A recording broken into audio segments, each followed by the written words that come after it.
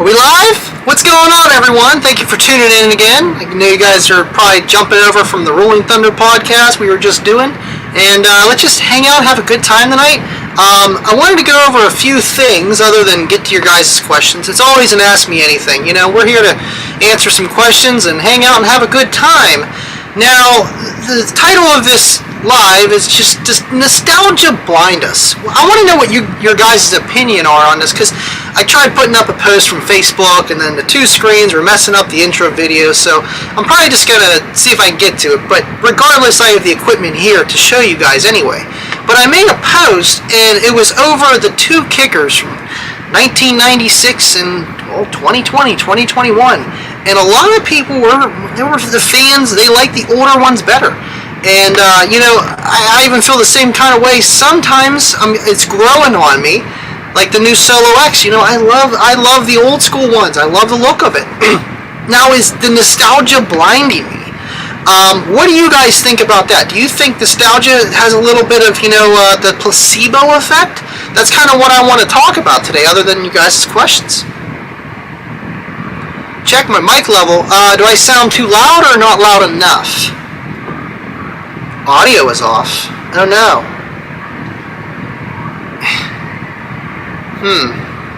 I know we were having issues earlier. Oh, you know what? I bet you any money. Aha. Why does that do that? I hook it. Camera, the ZV-1, and then StreamYard's like, oh, we're going to use the $800 camera's microphone. It's not very good instead of my Elgato. So maybe that's what threw everything off in the beginning. Let me know if I sound a little bit better now.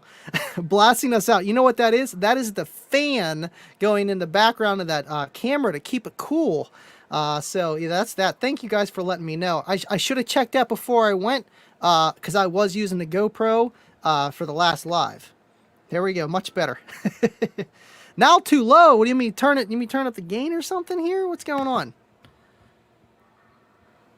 We'll give it one more nudge. All right. Literally, man, this Sony ZV-1 is a beautiful camera for the focusing, for vlogging, stuff like that. But when it comes to audio, my camera from 2006, when I used to be a photographer as a child, sounded just the same. You know, it was just that cheap, tinny sound. And it's like, my voice is already way above 40 hertz. I don't need it to sound any higher. My sub was clicking. Sorry.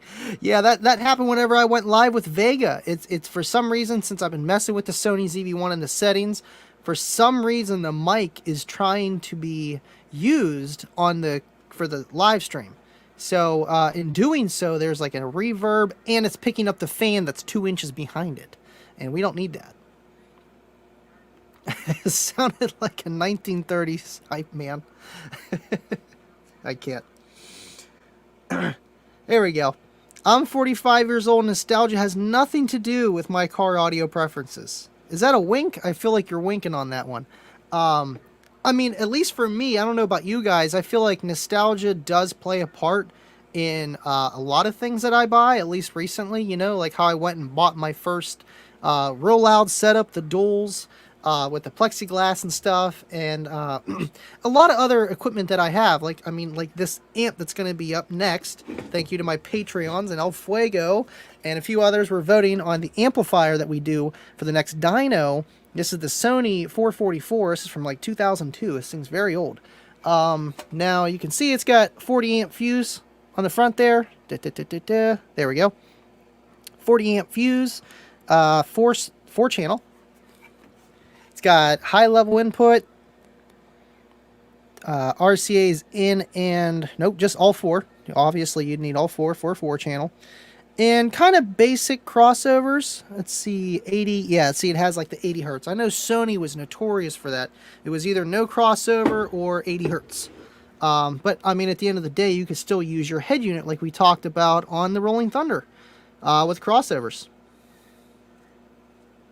My voice, it's a band pass. It's got a little bit of, you know, up and down. It's not per se tuned. I'd say the low F3 is probably around 60 hertz. Right. You know, it's at 60 hertz at a 12 dB slope. That brings me right around 40 hertz. Sounded like the kicker snap and intro. I actually do have a video of that on here I was gonna use, and I'm like, I can't use Kicker's song, but I love their intro song. Welcome to Kicker.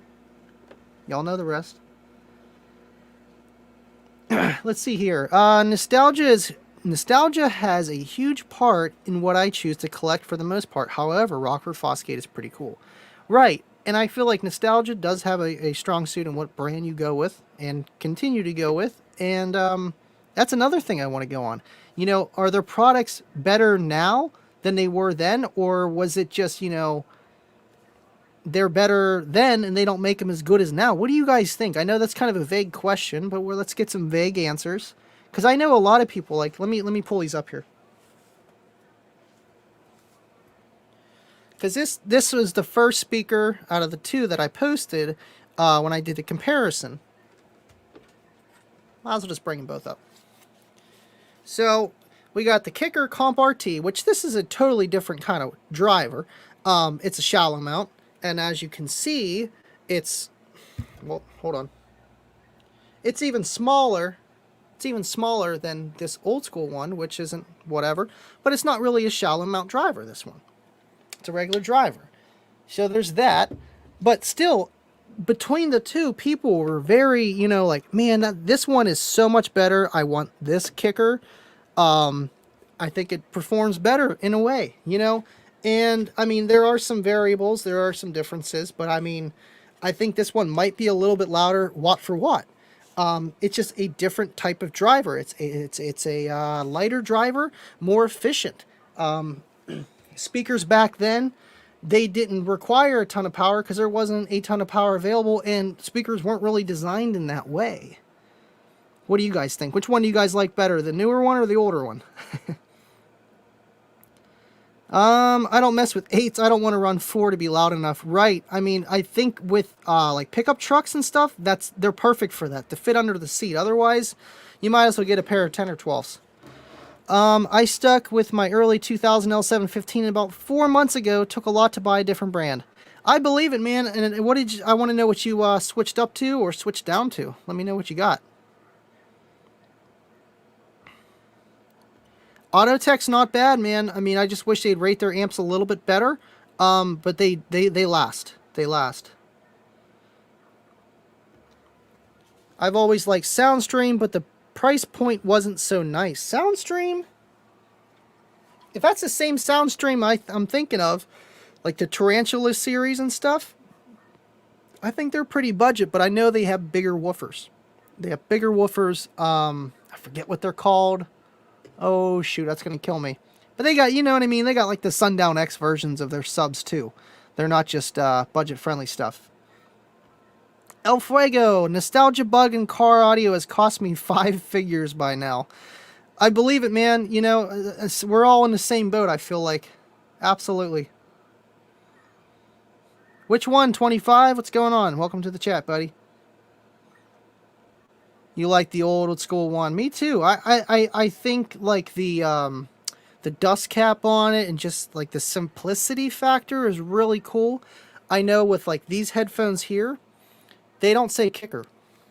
The older ones, and I believe the non-noise canceling ones, actually have Kicker on the top, and I think it's so much cooler for me, because you know what I mean? I just want to scream when I'm walking down the street, Kicker. Other people, they don't, and that's probably why they don't have it on certain products and stuff like that. I mean, it's on the side, but I just think I like that for that factor, and like obviously the newer one doesn't have that. So it could be just, you know what I mean, personal preference, or like, what would you call that, just by looks? But there's performance too.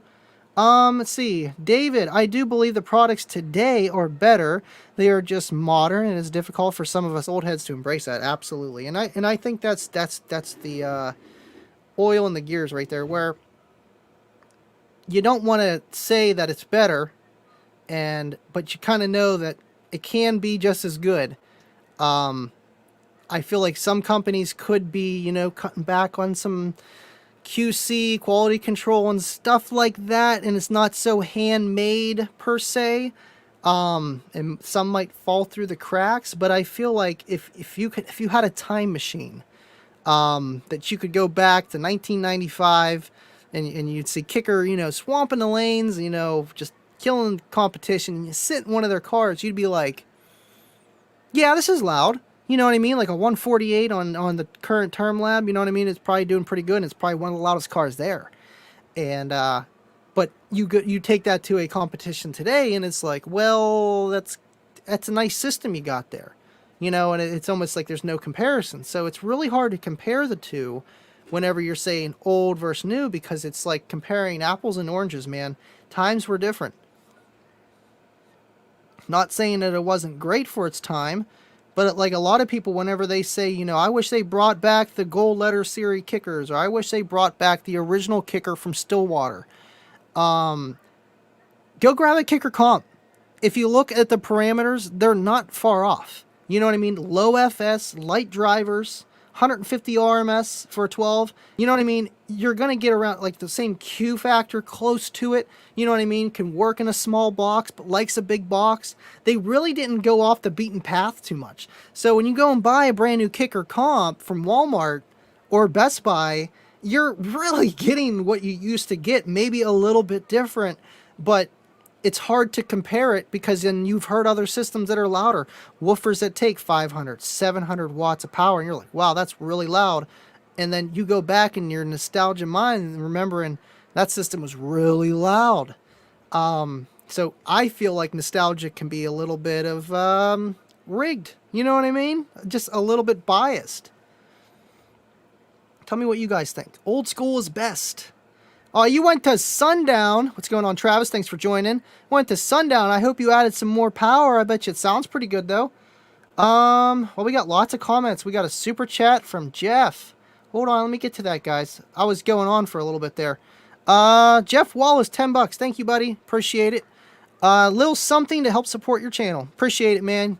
Jeff Wallace, he's a kicker fan, and he has a pretty nice setup, at least from the pictures that I've seen and from the little bit that I talked to him and stuff. And he actually had a t-shirt sent to him with everybody from Stillwater that signed it to him. I think he was the first one that ever got one. Those are guys. Thanks, 25. Let's see. El Fuego, nostalgia has me holding on to my kicker C8 gold letter subs and my round solo bear. Yeah, you want to hold on to him, man. Don't ever let him go. Strokers, very impressive. I would love to get my hands on one. I'm going to have to go buy some overpriced MMAT subwoofers for nostalgia. Can't. Can you imagine how much a Rockford Fosgate DSM amp would cost nowadays if they had to pay for cast aluminum heatsink and end caps? Right, and that's another thing too, where older equipment was almost made not better, but like more personalized, I guess. You know what I mean? You don't see like amps with all kind of crazy 3D, like, you know what I mean, design. Hold on, it's picking up my face. There we go. Like, this is something you just don't see anymore. You know, they print on it. They might do something a little bit extra, but it's not. And this is like towards the tail end of that, really.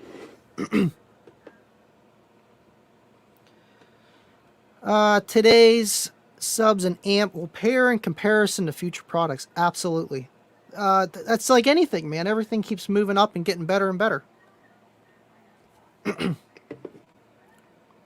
Would be nice to see a retro style woofer with new tech in it to match today's subs. That would be pretty cool. Almost like a facelift, really. Because if you made it, you know, with to match subs of like these big drivers, you're gonna have to put a big surround on it, big motor, and then you could throw like, you know what I mean, like an old school something on it to make it look like. That'd be pretty cool. I feel like you could do that by yourself. Dust cap it, or, you know, if you know how to put your own cones together, but as a manufacturer, I think they could do that too. That'd be cool if Kicker would do something like that.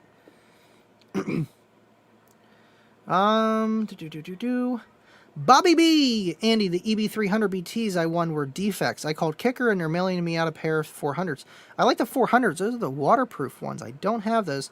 What were wrong with your 300s? I don't have 300s. I have 200s. What was wrong? Did they not ever just turn on or something? What happened? Nostalgia for me is the Rockford Fosgate box that rocks. I know it won't be as loud as today, but stuff I want to buy. Absolutely. That's why I went and grabbed that dual band pass box. I had to, man. It's just, nostalgia. Mullen Performance, thanks for tuning in, buddy. Batteries will get smaller, subs will get smaller, amps will get smaller, but they will all have so much more power. Kind of like how the lithium battery changed the hand. Right, and that's why, like, someone was bringing up the 8s, and they're like, I wouldn't run those, but you know what I mean? Like, with how much power you can send to that 8, and how much motor force and rectifying the air from that little driver is beyond anything they've had before for that size of something. So, like you said, things are going to get smaller, and I think that's another factor why a lot of manufacturers don't make 18-inch drivers. Some don't even make 15, but mostly 10, 12, 15 is your average size. And same thing with like the jackhammer. It was like at the peak of car audio where, you had the 18 Solo X, you had the 22-inch jackhammer, you know what I mean? You had these enormous woofers that are so legendary today where it's just like, why? But it was like at that time, that was whenever things were really starting to take off. That, and it was like towards the tail end of like the Fast and Furious peak, you know what I mean? So it was a thing. And then once you did it, it's like, well, I did it, I don't need to do it again. And that's kind of sad about that. But yeah, things are just getting more efficient in a way. It's always rig 25, you know that. 1,000-watt funky pups would be nice. I've always heard about those, never actually seen one in person. David, Mullen Performance, definitely agree. It was innovative and set the groundwork for what we have today. Absolutely.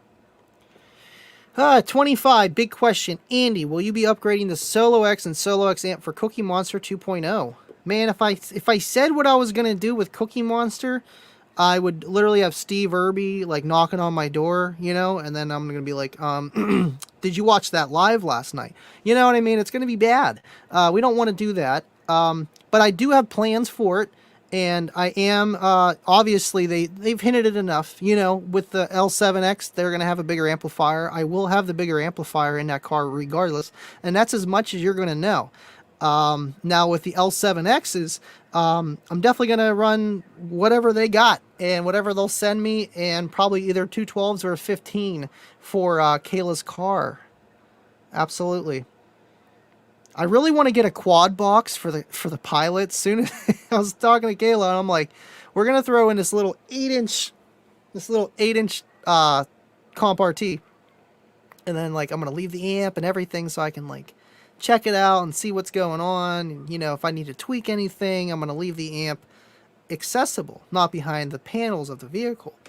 And I was like, well, and then as soon as we do that, and then slide a quad box in there, and then all I got to do is just run bigger power wire, and then, you know what I mean? And it's just a thing, man.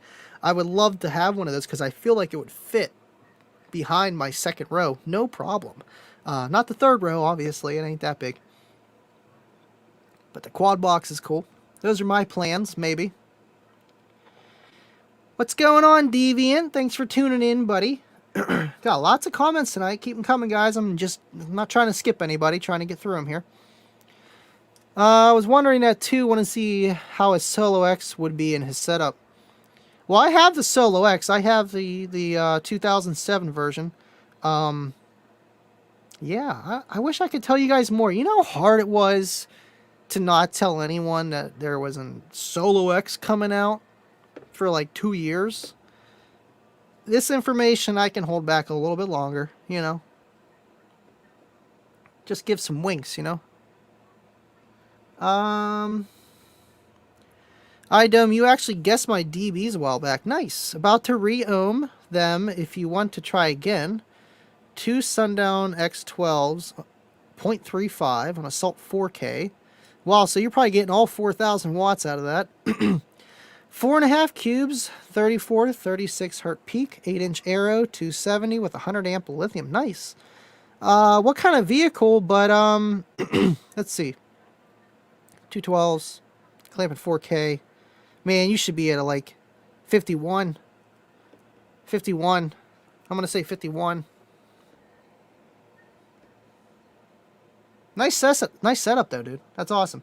So you had the kicker. Yeah, you should definitely bump up just because you're clamping a lot of power, man. You got a lot of things going on there.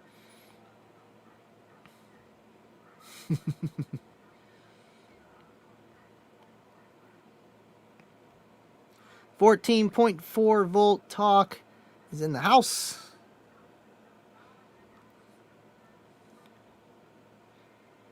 Let's see.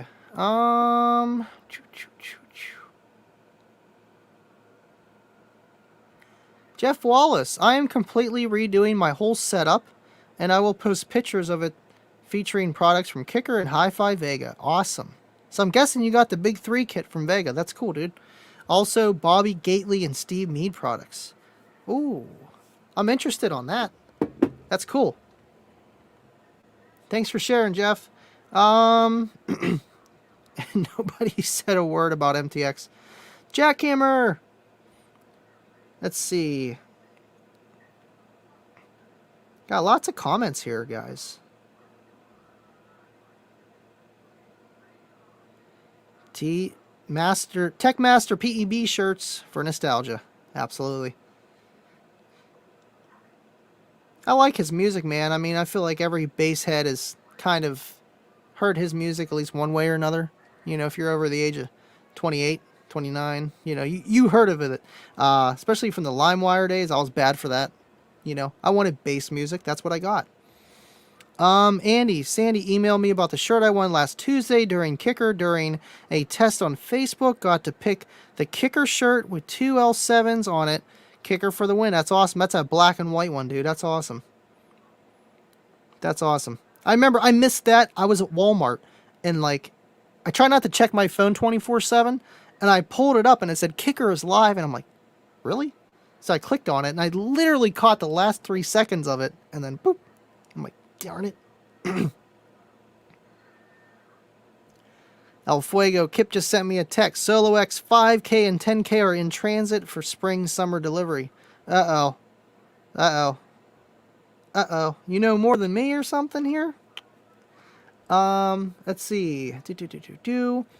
David, maybe a retro-style sub finding a balance of power handling. Sub of today compared to the efficiency of old. Absolutely, dude.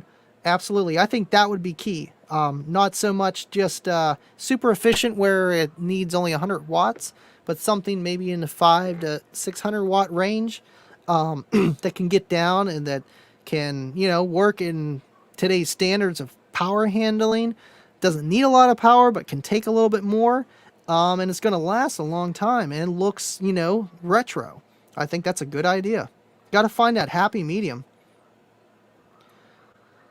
What's going on, Aaron? Thank you for tuning in, buddy. What kind of mid-bass options does Kicker have for 100 watts per speaker for mid-bass? Well, define mid-bass. You know what I mean? Do you want like a 3-way setup where you have like your mid-bass woofer and then you have like your middler and then your tweeter? Or you talking more coaxial where it's just like a 6.5, 6x9 altogether, or you can get the components that are, you know, they slide in the QS series. The middle tweeter can be pulled out, the silk dome tweeter, and you can position that in different places. Or are you talking solely mid bass? Because I think they do have those as well, but then that's just pretty much taking out that middler and using that 6.5 QS as a mid driver. And I think those are around 100 watts, give or take. I know the KS series are actually rated higher in thermal capacity compared to the QS.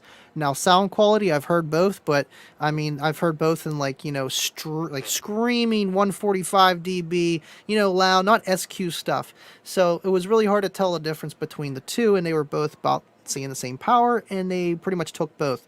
But yeah, the best, I don't know. I feel like the options are KS and QS series. You can go to the CS. CS are really nice. DS aren't bad for the price. You can't beat it for the price, but I feel like we're beating off the path of mid-bass and just pretty much replacing OEM. Let's see. Absolutely, Bobby B. You are Kicker's #1 fan, buddy. Let's see. Number one at 1. at 1 ohm I clamped 2K. The other night 147. Sad for the Salt 4K. That's why I'm reconing. Oh no. So you were wired at 1 and clamping 2, so you're probably rising like 2 to 3, 4 ohms or something like that. Did a 147. See, when you're wired down to 0.35, I was assuming that you were going to get that 4K of power. So if you would double your power, you'd be at that 150 range. In a perfect world. And you might even gain more depending on just how things work. Your dB gain of how much power you apply is not straight. It might be real low and then gives like a jump and then goes down a little bit, keeps gaining and then peaks, and then that's it. So there can be valleys and falls between it.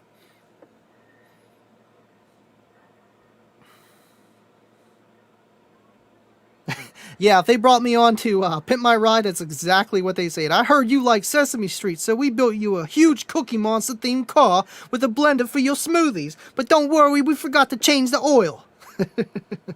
Absolutely. 25.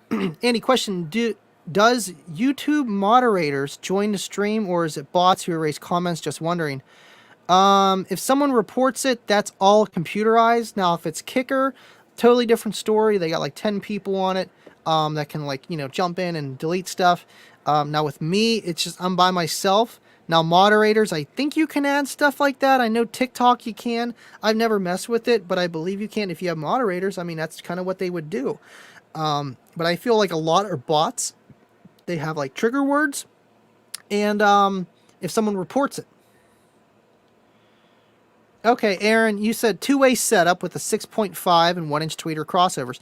Absolutely. I would go with the QS series so that you can have that separate 1-inch tweeter, or you can just go a little bit overkill. You can run like a QS like coaxial system with the tweeter in the driver, and then you can buy an additional 1-inch dome tweeter and position it where you like, and then you have a lot more flexibility at the end of the day. You can never have too many speakers because what happens is you can just dial them down if they're too loud for what they're trying to do and where they are in your car. It's better to have too much speakers or too much of anything than not enough. Oh, it's a good question. Anyone tried an old school sub for a real low tune before? Not super old school, but man, if you get a driver that's older, like literally like the old Kicker comps, look at the specs, man. The FS is low. If you look at the FS of any speaker, that's going to tell you how easy it is to build a box to make it play low and how well it'll do and how much power it'll take. Stuff like that.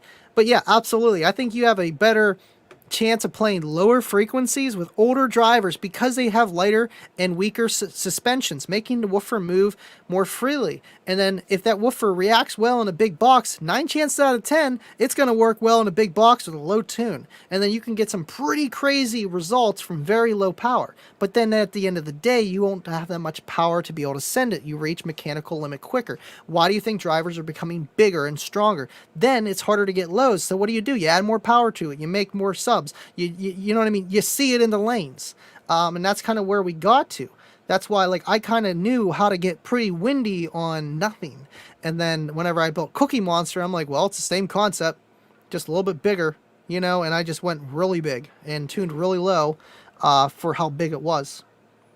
I think it's easier. Got lots of questions here. Oh.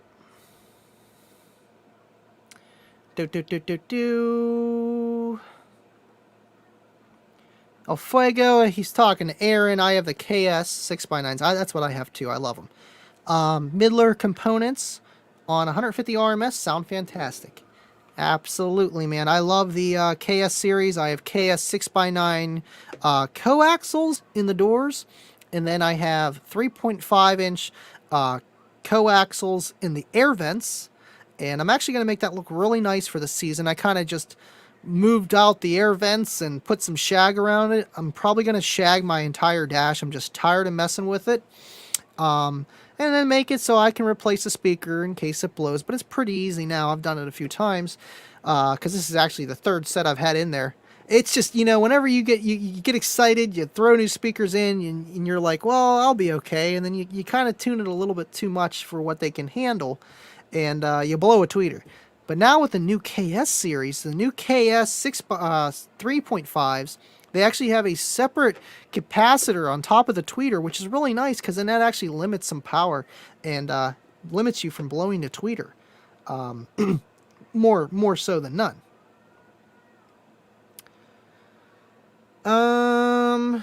Let's see. Deviant 25 got to delete. That's why Rob booted me that 1 week for pointing out that branded heat shrink was 14-point talk idea, never gave us credit. Oh, wow. I mean, I'm sure you might have mentioned something to him, and I'm sure he might have already thought that along, so he just, probably said, oh, well, I thought the same thing too, That's how it is with us YouTubers, I seen Justin put out a video, and I was like, I was going to do that, but he didn't know that, so I can't be like, oh, you know what I mean? So there's always that too, but it's hard to say, one or the other. I hate picking sides, you know what I mean? And it's just, with stuff like that, it's probably, he's got enough stress with, putting all those wires together and stuff. And, on the heat shrink, that's a really good idea. Not really many other places to put it, though, because he has that heat cover that goes around the wire and stuff like that. So that's definitely hard to put an engraving on that. But, I mean, I know he does a lot for you guys, too, in the past. It's hard doing a lot, man. It really is. I'll talk to him. Thank you, David. David K. Appreciate the super chat, buddy. Smash that like, guys. Yeah, it helps the YouTube algorithm. Absolutely. Your comments do. Your watch time does. Everything matters. Appreciate that, Dave. Let's see. Yeah, I'm sorry I couldn't come on live last week. My son misplaced my glasses, and they happened to be on the floor, and I didn't know that, and I kind of stepped right on them, and then, boom, done. Let's see here.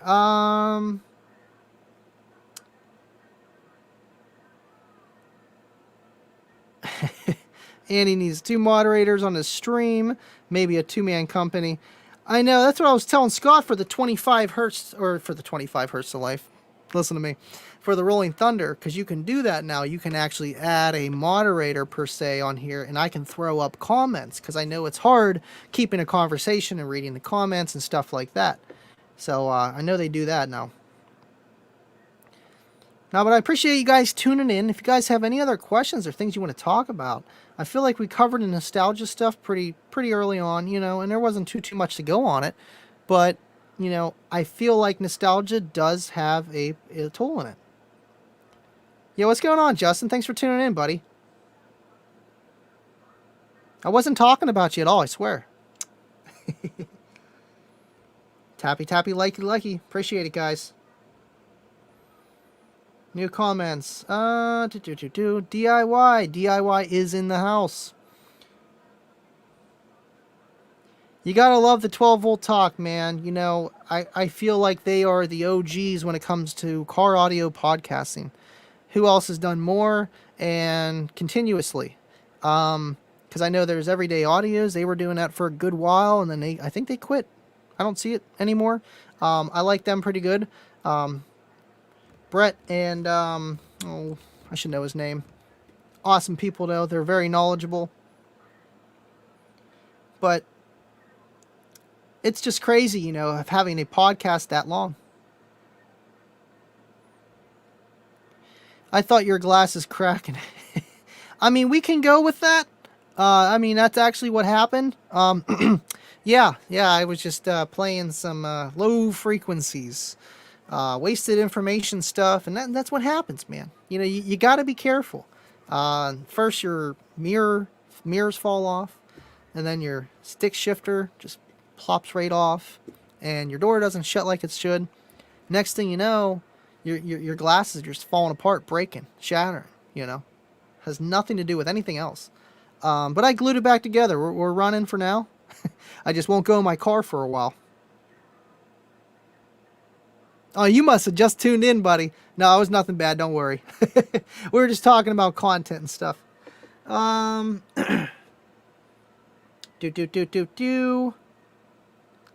What did you all talk about earlier on the show? I kind of just brought up the nostalgia stuff.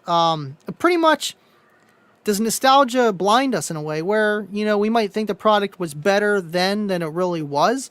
Or is it more that products were made better then than they are now? And I feel like, in my opinion, I feel like nostalgia can almost make our opinions biased in a way of how the product actually was and how it, stands up to today.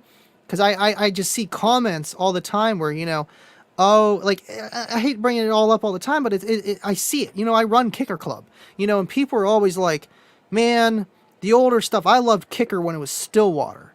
And it's like, it still is, and it's like, I get it in a way where they say, oh, well, everything was handmade, and Steve's in the back putting the speakers together, and they're selling, what, 100 or 200 woofers a month. Anybody can do that a lot better than trying to sell 1 million woofers in a month to all these different companies and ship them all over the place, and to be able to pay their employees and make a profit. So there is that. But otherwise, I feel like, they really haven't veered off the beaten path of how they make woofers then and how they do today. And if they do, they make it better. And is it a better way that you like? Or is it a better way that it's just performance? And maybe it may not be what you like per se. I feel like it's very opinionated with how woofers are compared to then and now. But if you look at like the numbers beside each other, with like how a lot of woofers are made today where they need a lot of power, and woofers then that didn't need a lot, and you look at Kicker's products, they kind of, like David said, they kind of are in the middle. You know what I mean? Like they can handle more power than woofers could then, but they can't handle 1,000, 2,000, 3,000 watts continuously. But they don't need that neither. So I feel like they really, if anything, they slowly lean towards the new way of modern woofers, but they also kept the same practice of how woofers were made then, and to keep up with the quality of how a woofer is supposed to sound. In the Kicker way of how they believe a woofer should sound.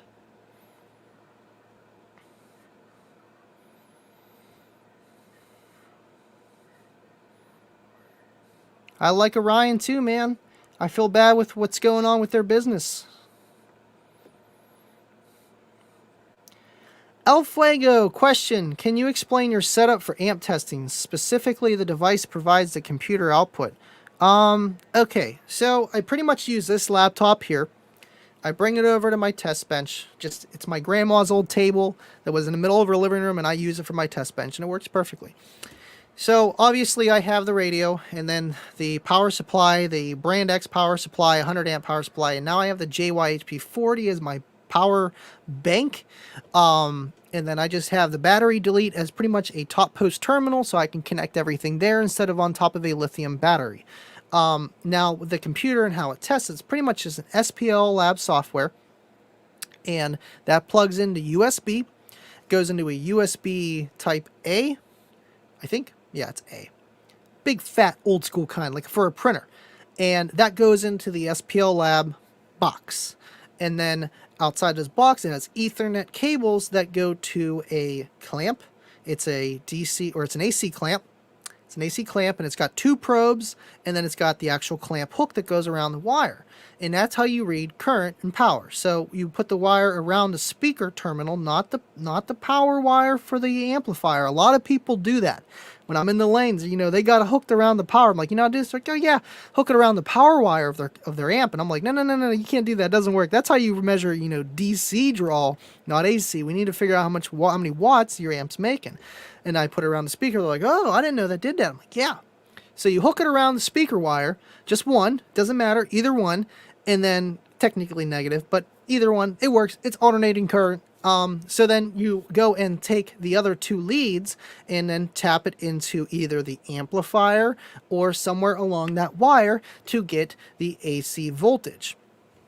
And you take the AC voltage, AC amperage that the wire is going through, and that's how you get, quote, power. Now there are power factors of how to calculate power. There's like a beer float, you know what I mean? Like not real power, but it's there. And it's, the SPL lab does some things that actually get real power. And that's why there were some things between Term Lab and SPL Lab and Teraamps that really weren't doing the power that they weren't showing the actual power that they were making because of the power factor stuff. So anyway, that's pretty much how I have the test bench, and then the computer does the rest. It's all hooked up through the SPL Lab software. There's all kind of settings on it. Here, maybe I could, well, I can't do that, can I? I would have to have the screen over here, and then I could show the SPL Lab software, but then I need the SPL Lab to be plugged in, and otherwise it won't even boot up. Maybe on the next show I can do that. I would love to do a live video of an amp test dyno. Maybe if one of I already did, you know what I mean, or something like that, so it doesn't hurt content-wise, because, you know what I mean, you don't want to run out of amps either. But I feel like that would be pretty cool for us to do. But good question, El Fuego. I would like to do a little bit more thorough thing of it, of how I do it and stuff, because, I mean, anybody can do it. And the way I test, I love how I test. I do reactive loads for dynos. No one else does it. Oh, you got the quad box. That's awesome, man. That is awesome. Let me know how that goes. What kind of amp do you got on there, Gustavo? Martinez, thank you for joining again, buddy. Justin from DIY Audio. Back in my day, nostalgia was so much better. It's not what it used to be. And I feel like that's what everybody says, because I'm almost feeling like that too. Damn kids these days and their darn cell phones, you know what I mean? And it's just like, was it though? It might have been. Maybe the world is getting worse, you know, and it just slowly dwindling down the drain. 25, I saw the Christmas lights video to a point. You still loading lights in I saw you still loading lights in safely. I added just 3 more candy canes, nothing else right now. I need to save money for gifts and stuff. I mean, we have 2 more things, and I'm kind of lazy when it comes to Christmas here. I have those nice lights that just literally shine out the whole house, and it's like, well, I don't have to pull down lights or put them up every year. I just have to put this little strobe light there, and it works. So all the other stuff's just extra, but my parents, they're real big with the Christmas stuff. They have so many of those inflatables, but usually not on one run. Let's see, Kicker still owned. Absolutely, Steve Irby, privately owned. You can't even get a stock in Kicker. I'd have about a lot of stock in Kicker. No, I got stock in like what is that Dogecoin or whatever. I never pulled out. I'm at like 0.4 4 cents, something like that. I made like $40. Thank you, buddy. Absolutely. Deviant, I know this ain't Sidejag, but y'all do not waste your time on the 8-bit X-Mess. Terrible movie, tries to be the X-Mess story too much. Oh no. I know 8-bit, there's a 8-bit guy that does YouTube, unless that's a video or a movie. At Dub, I don't have any. Okay, I was like the old school gear that you got. Oldest thing I got are some Polk audio subwoofers that are probably 7 years old. Oh wow. Yeah, I was gonna say, how long you been doing this, Justin? I want to know.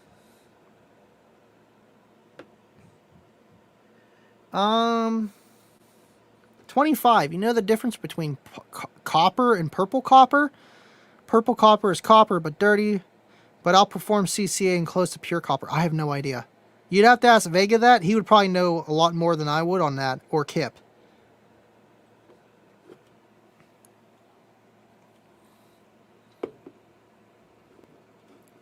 That's pretty cool. Like a car audio museum. I know Kicker has theirs, but maybe something of all together.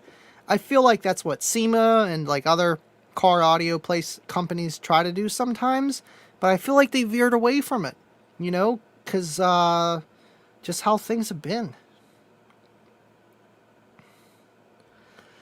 Absolutely, Matt Stark. He is a professional with the SPL Lab as well. SPL Lab will also measure the distortion level, including a hold for 1% THD, aka certified. I know, that's awesome. That's whenever I first started doing the amp dynos, and I started to measure it, and I asked Adam about it, or he said something. He messaged me. He's like, you know, you can do a 1% certified run. I'm like, no way. He's like, yeah, you just got to have the update. Do you have the update? I'm like, no. He's like, download it. Download it, boom, I got certified. I could do certified runs and everything like that, and it's pretty cool. Absolutely. And the nice thing about the SPL Lab software and testing compared to the amp dyno, like Derek has, or other things that stop at 1%, I can go full tilt boogie. I can make that amp clip to 20%. You know, it's not it's still making power, you know. How much heat is it making? That's a different story. But I can go way past up to clipping. I can go, as far as the rails will send it. And how accurate is that? I'm not too sure, but it still gives you an idea for those guys that really care about just power. How many watts does my amp have? Well, there you go. That's how many it could do, technically. What's going on, Larissa? Mrs. K, what's going on? Thank you for tuning in tonight. Nemesis 6K on a... That's going to be perfect for that quad box, dude. You should be doing 53s with that all day. All day. Dew or Sprite? I mean, Mountain Dew all day. I'm more of a Mountain Dew 7-Up guy. This was just sitting in my fridge that's up here now, because I need a fridge up here. I'm up in this room more than my bedroom, it seems like. So I needed a fridge for it. What's going on, Paul Harris? Guys always commenting, tuning in. Happy holidays, buddy. Thank you, man. Can't wait for Christmas, let me tell you. Larissa, biggest fan of the 14.4 volt talk. Who, you, 25? Or me? Am I the biggest? I think I'm the biggest fan. Oh, wow, that's awesome, dude. I'm 19, but I like old stuff, like the Kicker CVR07. Those are the silver ones or the black? Silver. I swear the silver were 2003. I think 2007, same year this came out, so it had to have been dark. It had to have been dark. It was it the ones that had the yellow in the middle, and because that was a comp CVR, not the comp R. I think so, unless it's the one that looks like the L7 but circle. I don't think it was that new, but it might have been. I think that was 2008. I get confused. I really want Kip or some. I just need to ask him. Be like, can I have like a printout of every woofer of every year, and then like that year, and then that year, and then that year with like little pictures and like a little like quick description. Like, do you have anything like that? Because I would love to have that and be able to give that to other people too to look at. Be like, okay, well, what year was this? Okay, let me look. Yeah, it looks like this one. I would love that. The manuals, you kind of got to know what you're looking for, and a lot of the manuals, they're drawn. They're not an actual picture of the woofer. You really have to know what you're looking for. Sprite. Man, we got some comments here tonight, guys. I would love to go back and grab some MTX 8000s, Titanium Eclipse, Titanium Diamond audios, just to name a few. Awesome, man.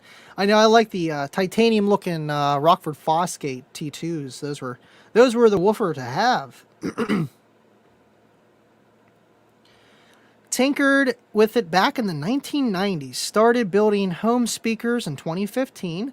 Back into car audio around 2018. That's awesome. I know you guys are more home audio related, which is why I'm really looking forward to the sound advice show on Monday, which I'll be on with you guys.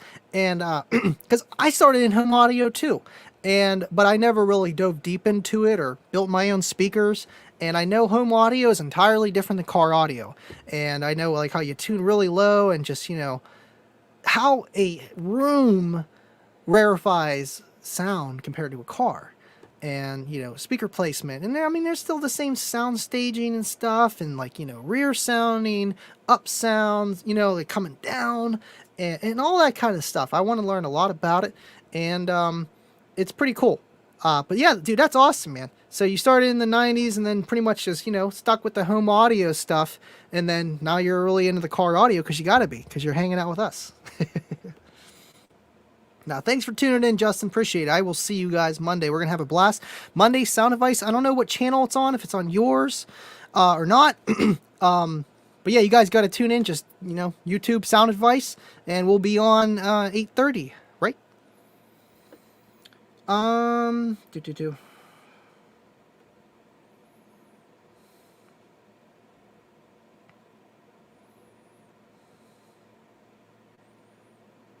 Invite him to the stream. I don't know. I like being with people. Maybe we can have them on the Rolling Thunder. I do like having people come on my channel, but at the same time, it's like I almost want to just do my own thing, because I do go on other people's channels all the time, and I feel like I never get to talk as much as I want to talk. You know what I mean? It's just like I like having someone on, but then I like reading the comments and being able to have a conversation with you guys and the person that's also here. And it's really hard to do it all. If I had maybe someone sitting there throwing up the comments that were relevant to what we were talking about, and then I had someone on, it'd be a lot easier. But to do it all, it's very hard. And then I feel like I'm either talking to whoever my guest is, or I'm talking to you guys, and I'm not paying attention to the guest. It's very hard. That's a main factor why I don't always bring someone on. And I mean, if they asked right before the show, and it's like, well, okay, sure, why not? Let's just do it. Let's have some fun. You know what I mean? But I don't know. Maybe, definitely. We'll see. Let's see. Got lots of comments, guys. Jeez. Yeah, you guys got to check out the Down for Sound website after the live. I'll leave my link. I am a Down for Sound affiliate. I had someone purchase $2,000 worth of Down for Sound yesterday. I'm like, are you kidding me? That's awesome, man. And I've been trying to push it a little bit. You know, I got a few videos on Down for Sound and some posts here and there and stuff like that. But, I mean, yeah, dude, that JP8 for 1,000 RMS woofer or amp, it's really nice because it comes with the clip detector voltage on the bass knob. And for $170, I mean, yeah, you could get more power for the same price, but how much more power and quality are you going to have? And with the Down for Sound products, you're going to have fast shipping. And if you have a problem, man, just send it in, get it fixed. But I mean, honestly, unless you're clipping it to death and running on bad voltage, you shouldn't have a problem. JP8 is awesome. Especially for $170. I mean, that's a $200 amp, man. I mean, you think about it, back in the day when you went to Best Buy and you go buy a Kenwood 1800 9104D. You know, you're going in there, you're buying it, you're paying $350, $400 for the thing, and it does 500 RMS, 1,000 peak. You know what I mean? Or 1,800 peak. You're never going to see that. You're going to see 500, 600 watts all day, but you're paying $350, $400 for that much power. So you can't complain. People, I don't know, prices get lower, but yet people still complain. 7 p.m. Central, yeah, 8 p.m. for me then. So it's going to be on Nick's channel, Toids DIY Audio. I'll leave a link also for that in the description of this video for you guys tuning in, just so you guys know where to go after the live, so you guys can check that out. I'll be on there with them Monday, and it's always a good show to watch too. They had Kip on last week. That was fun. $200 residuals for Andy. Andy got $2 from Down for, yeah, $2.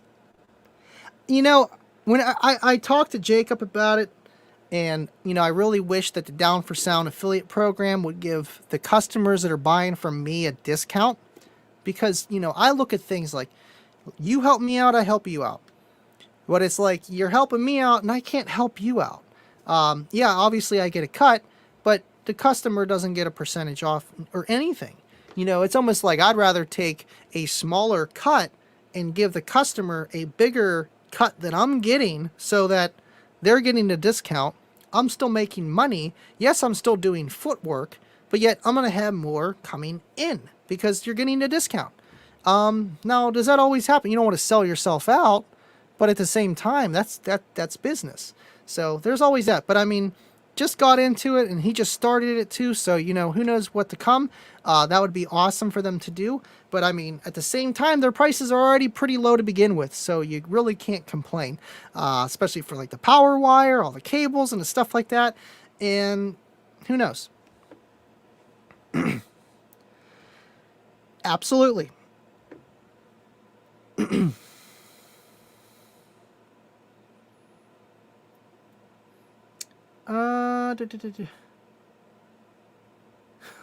are you talking about, fool? Are Sundown amps any good? Absolutely, man. Absolutely. I mean, you know the name. You're going to get good power out of it. Don't run it into the dirt. Don't run it on crappy electrical. Any amplifier is going to strive very well. Comes down to dummy force, you know what I mean? Like how much power you're capable of producing in your car, stuff like that. And you're pushing stuff to the limits, that's when things can break. Yeah, they're good. You're going to pay a little bit. Not going to be no Scar prices or Boss Audio, but you're going to get some power. And if you have a problem with it, send it in, and I'm sure they'll help you out. But make sure your electrical is stout first before you start doing anything crazy. Because you have the, Carnish, I think you have the Nemesis 6K? Let me know. I get confused. Talk about a lot of things going on here. Got 20 people in the chat. If you're tuning in now, hit that like button. Appreciate it. And thank you to everyone for hanging out this whole time still. El Fuego. I picked up the JP95 mono channel amp. Did over 1,000 watts on Big D's dyno. Perfect for my Comp Q15. Absolutely. Absolutely. I think it's rated for 800, but it does 1,000. And you're going to see probably 500 to 800 watts musically when you're wired at 1 ohm. And you probably have a dual too. So that's awesome, man. Or wait. JP95. Yeah, it did. Wait, I thought the 95 was the 5 channel. So it did 1,000 watts on the sub channel. I didn't know it did that much. I forgot. That's the big red one. Kipalicious. I'm surprised Kip's not in tonight. Sometimes he bounces in here. Kipalicious. It's like you read my mind, Bobby B. Boss. I love Boss Audio, man. It's dummy proof amplifiers. Their woofers are cheap. You know what? I think that's gonna be a YouTube video. Definitely in the future. I'm gonna build a Boss system. And it's gonna be loud. And you guys are gonna be impressed. You're gonna be like, wow. That's with Boss Audio? Yeah, dude. Because build over brand. And at the end of the day, is it going to take more? I don't know. Is the price going to be any more? Probably not. Are the results and performance going to be different? Probably. But if we're looking at a number and we're looking at price, you'd be surprised how loud you could get with Boss Audio. Thank you, 25. Appreciate that, buddy. We're on a roll here. This camera is not messing up. It's been an hour. I got it about 39 degrees in my room with a fan 2 inches from it. And yeah, we're doing good. So maybe that's the key. We just got to maybe next time even throw the camera into the refrigerator or freezer. And we'll be good all day. Sony's EV1 for the win. Justin, DIY audio guy. Sundown is good bang for the buck. Not cheap, but not overpriced for the performance. Couldn't say it any better. Got 25 people in here. That is awesome. Thank you guys for tuning in. If you're just joining now, throw up your questions. Let's have some fun. Let's see. Andy, Justin, Bobby, have a great night. Are you out of here, David? Thank you for tuning in, buddy. I appreciate it. You're awesome. Let's see. Deviant, bro. That day was 14.4 volt talk at its finest. Trolled too hard, got yelled at. What did you do now? Now, when you say costs, you mean boss? Why isn't Nemesis more out there? I don't know. I've heard of that amp. I think that's Brazilian, like Terra Amps and Sound Digital, but I'm not too familiar on them. Yeah, JP95 5 channel. Yep. Absolutely. I mean, you could get the Boss Riot, not the Boss Riot. I don't know. It's like their 4K amp. I'd get like 2 of those and then like 4 of their 12s. And you could probably do almost a 50.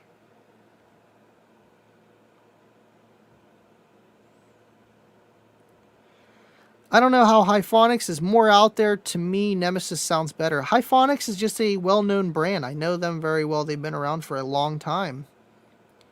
Yeah, you're definitely going to be at the higher range, but I mean, that's kind of any driver. To be efficient and loud, you're going to be tuned high, but I wouldn't say 90 hertz. I would say probably like your 47 to 56 range.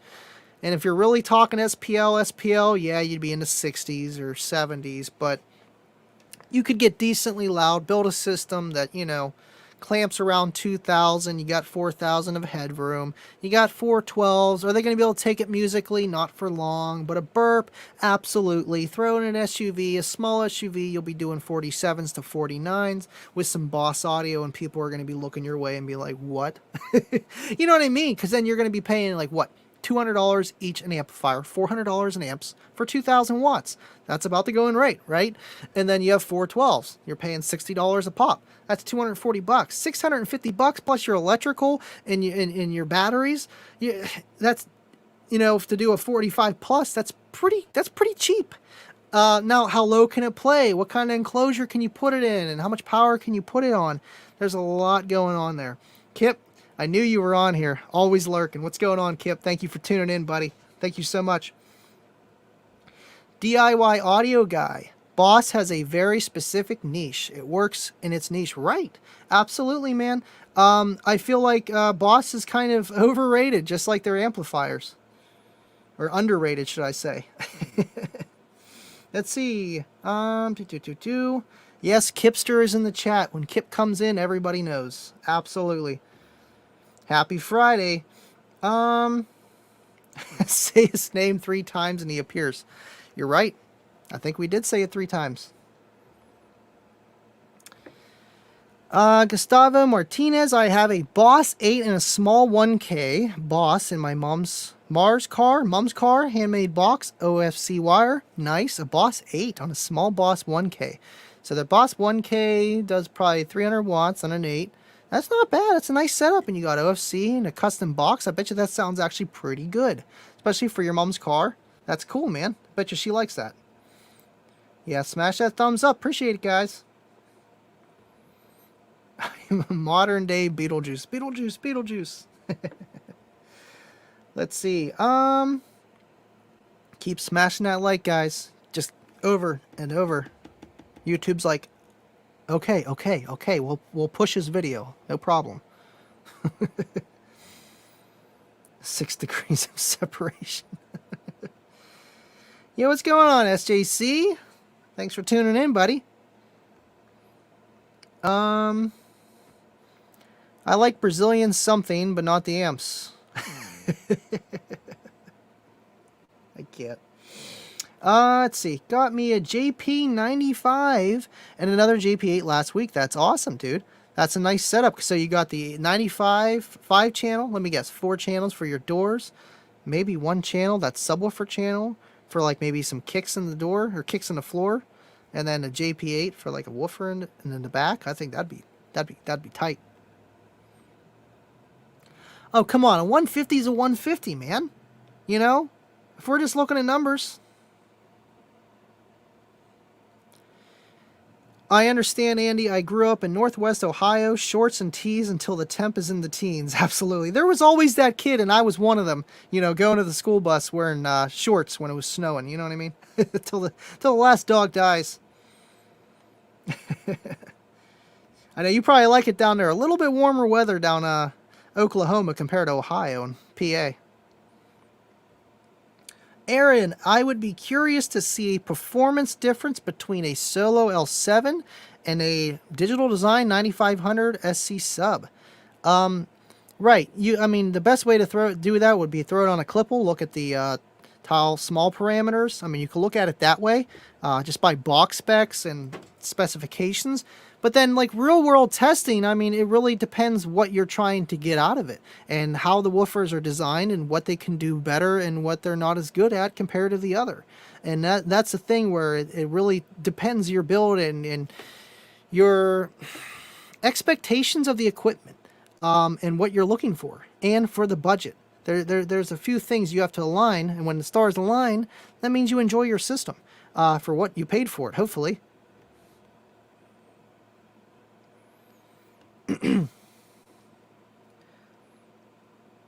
Let's see. You guys are funny.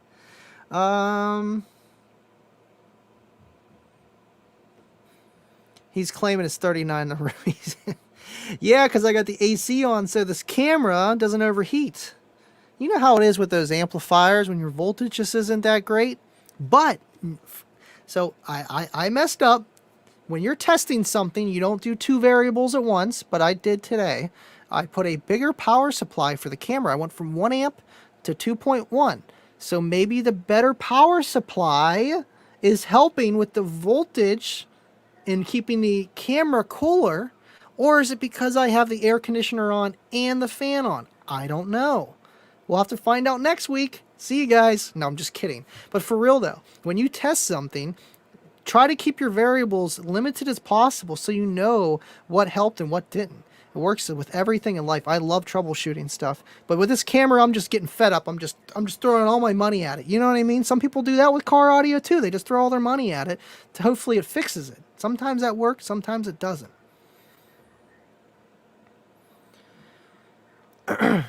Andy, Andy, better idea. 1 foot of 17, 1/0 OFC, second battery, then a or 2 6-foot runs to the amp, or run a 2/0 to the second battery.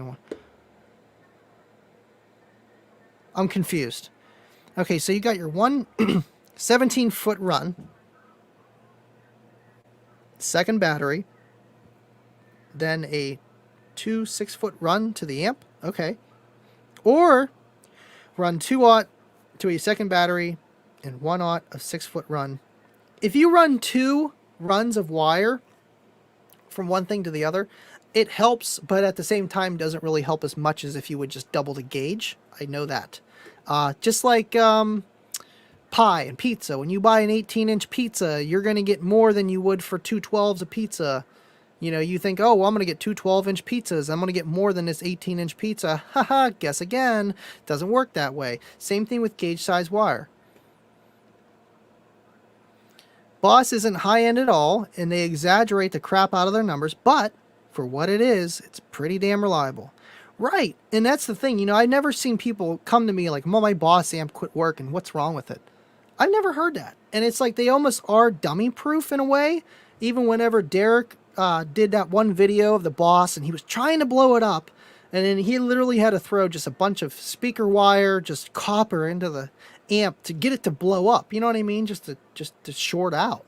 And I feel like they are good in that. But if they would just keep their numbers realistic, or at least put a number for us, 1%ers that actually know, and be like, well, this is going to do 150 RMS at 4 ohms. Okay, perfect. That's all I need for $63. That's great. But, you know, that's not there. It's 563 or 1100 watts peak. And it's like, no. But, you know, that's their consumer base. And there's a lot of them out there. There's more of them out there than there are of us.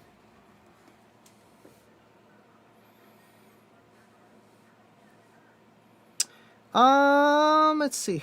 Targa. Terra amps? I don't know.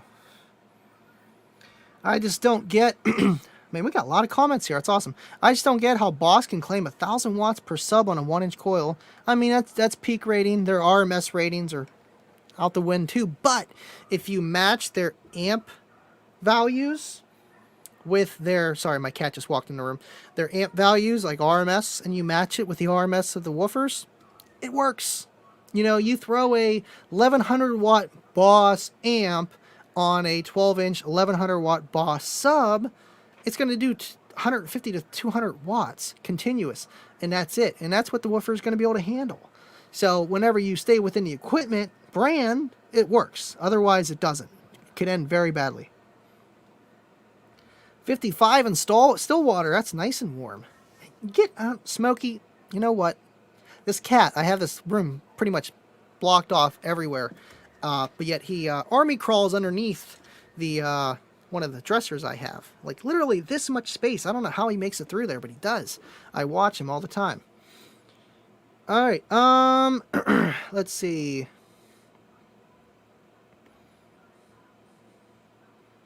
Got lots of questions. A lot of comments. Kip says we have 10 more days of mild, and then they are predicting some nasty temps and weather here. That's kind of how we were too, and then it hasn't really got warm since. Yesterday was about the warmest we had, and it was like 47 or something. Took the bike out for a little spin. if you ever make it to Stillwater, the chili cheese fries at Eskimo Joe's are legit. I'll have to check that out. I definitely want to come down, Kip, with just everything going on, and, we got to definitely plan something. I definitely want to go down there in person. 100%.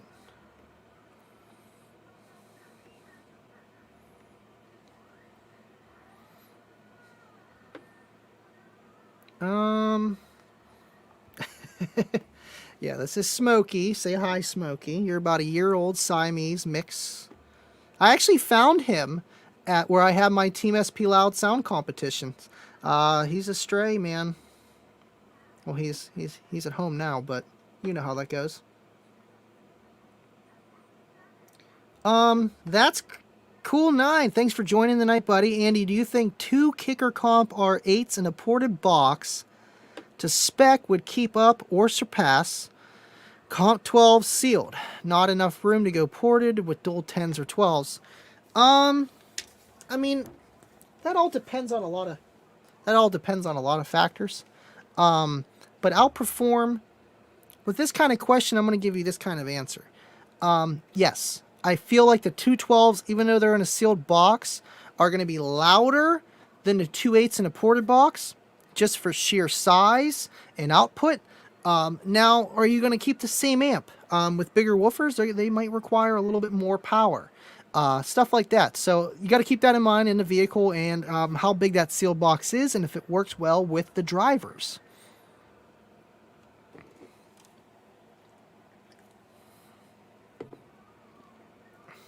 Kip says, we need to have Andy and 14.4 volt on an Unmasked episode next year.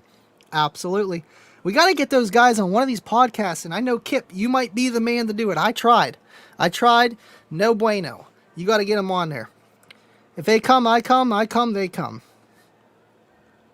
Now, I definitely want to come down and see you guys at Stillwater. 100%. I want to tour. I want to make a whole weekend out of it, or week out of it, or whatever I can do. Just got to put some things together, maybe after the holidays and whenever the weather warms up a little bit. That would be nice. Definitely wanted to come down this year, but with my mom's heart surgery and just COVID-19 and everything else going on, it was just a lot. So, never want to force things. You never want to force things. I've learned that in my life.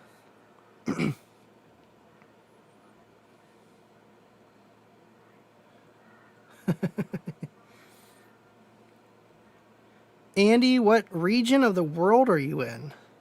Region? I'm in Pittsburgh, PA area. I'm about 23 miles, 40 minutes out from Pittsburgh. A little bit south. My cat has 3 legs. She lost one when I ran her. Oh my. You know what? My school bus driver, actually, true story, ran over my cat when I was in elementary school. I was on that bus. It was very bad. Now, it was our stray cat we had. You have those cats that just hang out at the house. They're not the indoor cats, but this cat was at our house every day for like a year. You know what I mean? And, yeah, he got ran over.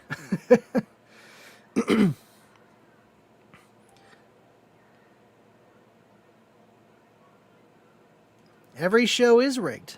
Absolutely. Especially whenever they pull out your guys' names, man. I think the only way you guys win is whenever they pull out your name and you won, they put it back and then it comes again and then they just can't draw anymore, so they have to give you guys the prize. So you guys are, the odds are not in your favor at all.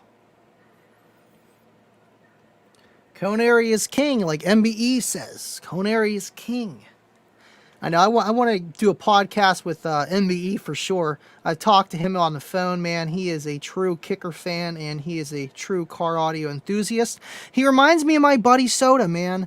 Around the same age, same genre, everything, man. But he is a diehard kicker fan, and he likes other products too, just like me. But yeah, we've had some conversations, and he's a really cool, laid-back guy. He actually gives me a call sometime, just to talk and stuff, and it's pretty cool. I feel bad. I'm always busy. I can't stay on the phone for too long like I wish I could. Because I could talk about this stuff all day. Obviously, that's why I do podcasts.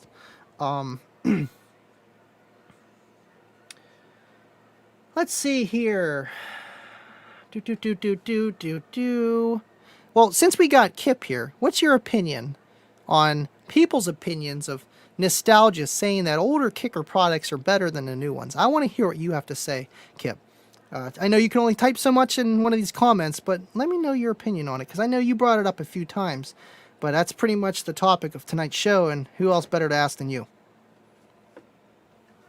If you're still here. Aaron T. People need to understand that one of the aspects of subwoofers that conary is king, which affects performance. It can. Every little factor of a woofer's design can affect performance, but at the end of the day, it's like your engine. You got a little engine, it's going to have to do a lot more to do the same results as a bigger engine. But the bigger engine doesn't always mean that it's going to be faster or better or stronger. There's so many variables that depend on a woofer's performance and SPL output and quality and just everything under the sun. You feed them, they will come. Meow. Smokey always comes in here, and I don't mind when he's in here, you know, because I don't have too much stuff that he can really get into audio-wise. But he, like, gets fur everywhere, and then he'll break the stand I have over here because it's made out of mesh, and he sits his butt on it, and then he rips it, and then I have to move another one up because he broke that one, and I'm running out of shelves. I just need to get a new thing. So it wouldn't be so bad. No, he's a cool cat.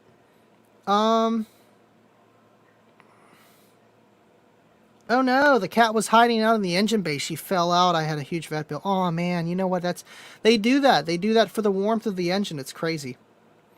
Conary is king, but seeing efficiency is also interesting. Absolutely. Efficiency is key too, man. Whew. Some people get mad, you know, like, not mad, but I can just tell, you know, because like they've been doing car audio for a while, and then they'll see like some numbers, and it's like, wow, that's pretty good. That's 215s. Yeah, it's doing on 600 watts. It's doing a 43 or 44. And it's like, yeah, it's kicker, man. Nice box. Efficiency. You're welcome. That's how I do it. And they kind of just no comment, you know? But it's funny. It's funny. Efficiency does matter. Because you know what I mean? Like, their systems, yeah, they're louder and they're doing whatever, but they're like taking twice the power to do whatever. Or even 3 times the power. And you know what I mean? Like, for how much gain, you know? Your friend Soda Pop? That's Donna Wilson. That's my dude, man. He's the leader of Team Imperial. Sorry, it's been a while. I forgot about him. Team Imperial. And they're pretty much how I learned about Mecha.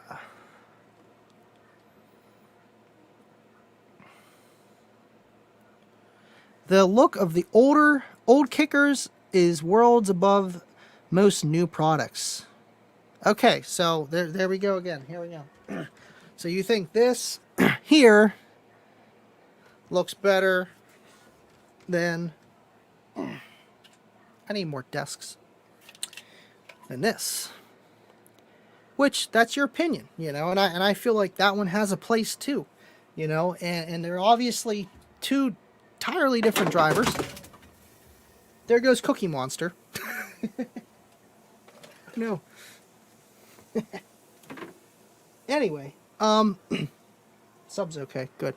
Fell right on the sub. No.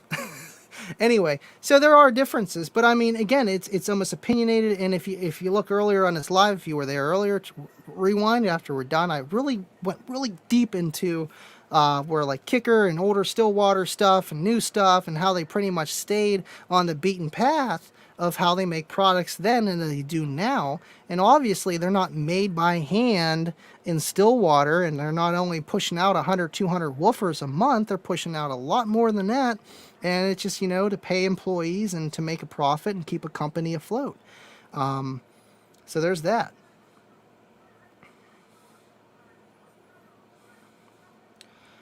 New tech is better, but I think old tech just looks cooler. That's a good point. Even some of the cheap amps had character, right?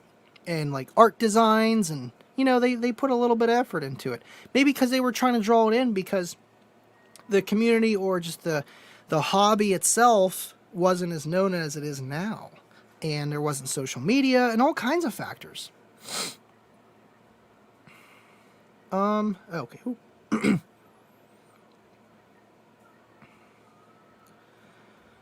I know it's a loaded question. That is a loaded question, Andy. There are a lot of products today that actually outperform legacy gear. And nostalgia is a strong drug, but right.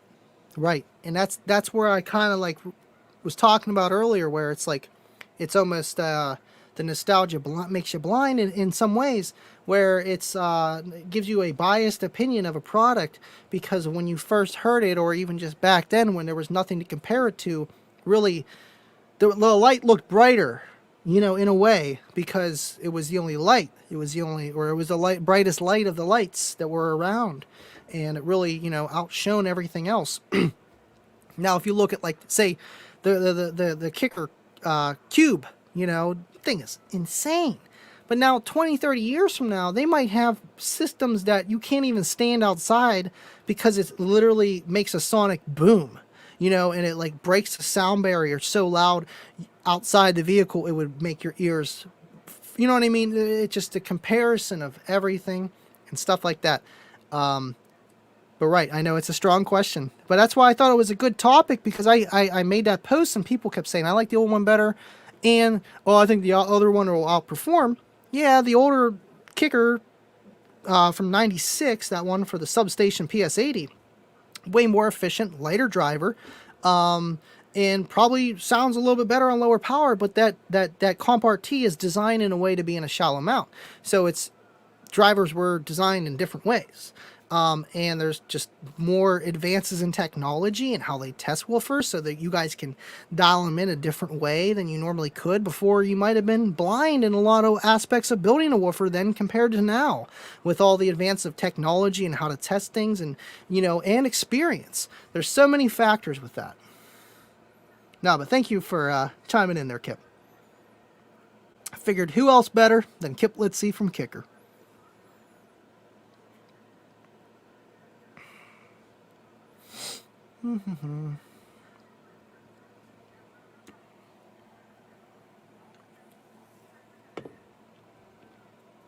You can do a super chat.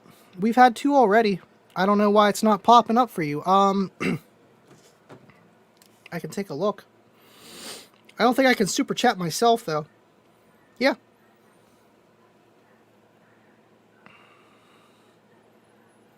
It's there.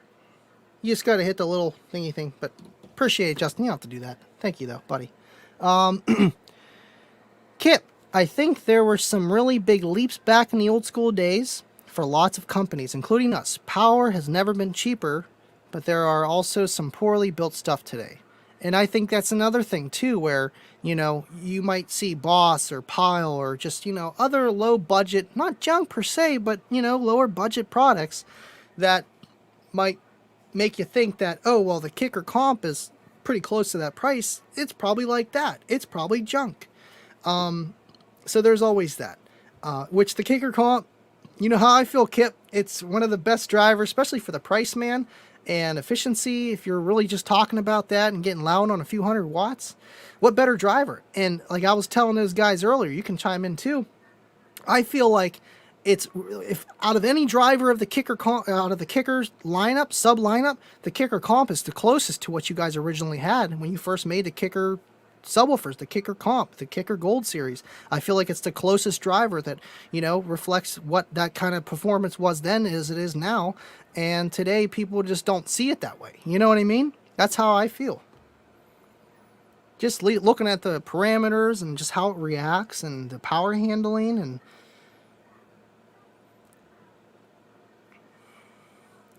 I know I want to do a little video of them too, make them flexing and stuff, the two. I was thinking about doing a video. I just don't want to blow either one because I need to use them for other videos too. The Comp RT8 for a pilot comparison between just upgrading the woofer, and key, and then adding an amplifier. All those kind of stuff. I want to do a SPL test pretty much.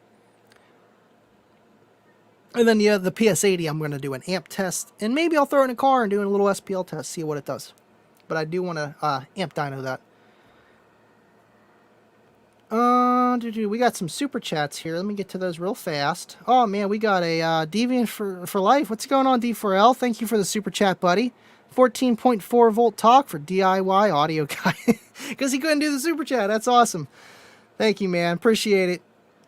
Appreciate it so much. El Fuego. I share a birthday with Kicker. That's awesome. And I am also asking for a gold letter subs to go with mine from back in the day. Hey, who knows what they're going to come up with the 50th anniversary, man. You know, that would be cool if they would do it, but you never know. Thank you, El Fuego. That's cool you guys share the birthday. That's awesome.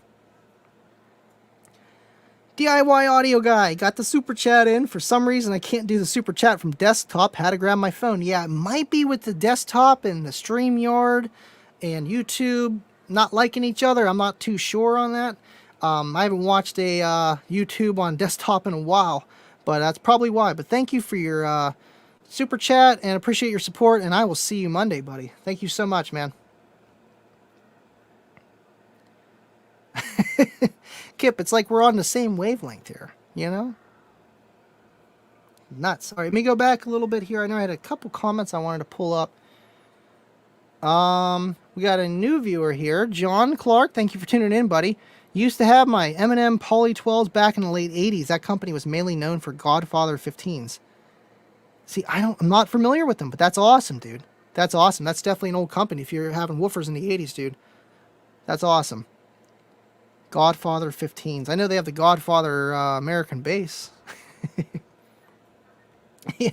Andy knows the keys to views after a live stream is to use a screenshot where you put deviant comment on the screen. More deviant equals more views. How'd you know, buddy? You know I know the YouTube algorithm inside and out.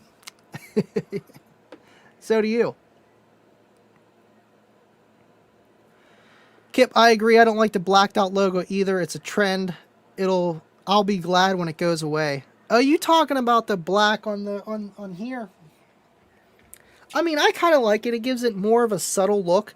Because I know a lot of guys in the car show scene where they have to have a woofer or subwoofer system in their car or they get points knocked.